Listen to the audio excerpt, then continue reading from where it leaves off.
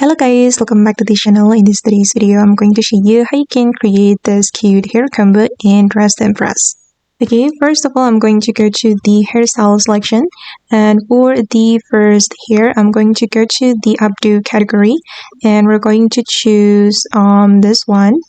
Okay, and then for the color, you can color it as you like, and for me, I'm just going to make it this pink color, and then we're going to choose this hair, and we're going to color it with the same color.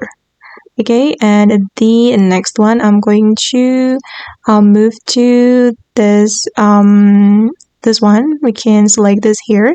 Okay, and we're going to color it the same, and we're going to go to the wavy category and choose this one. And for the color, I'm going to make it the same color. And then I'm going to move to the dressing room, guys. We need hairs from the dressing room. I'm going to go to this menu, and I'm going to choose this hair from the Madoka set. And we're going to choose only bangs, and for the color, I'm going to make it the same color.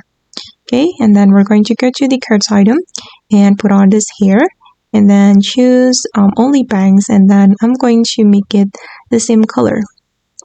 Okay, and finally you will have this cute hair and Dress to Impress, and you can use it for a fairy theme or non-human theme.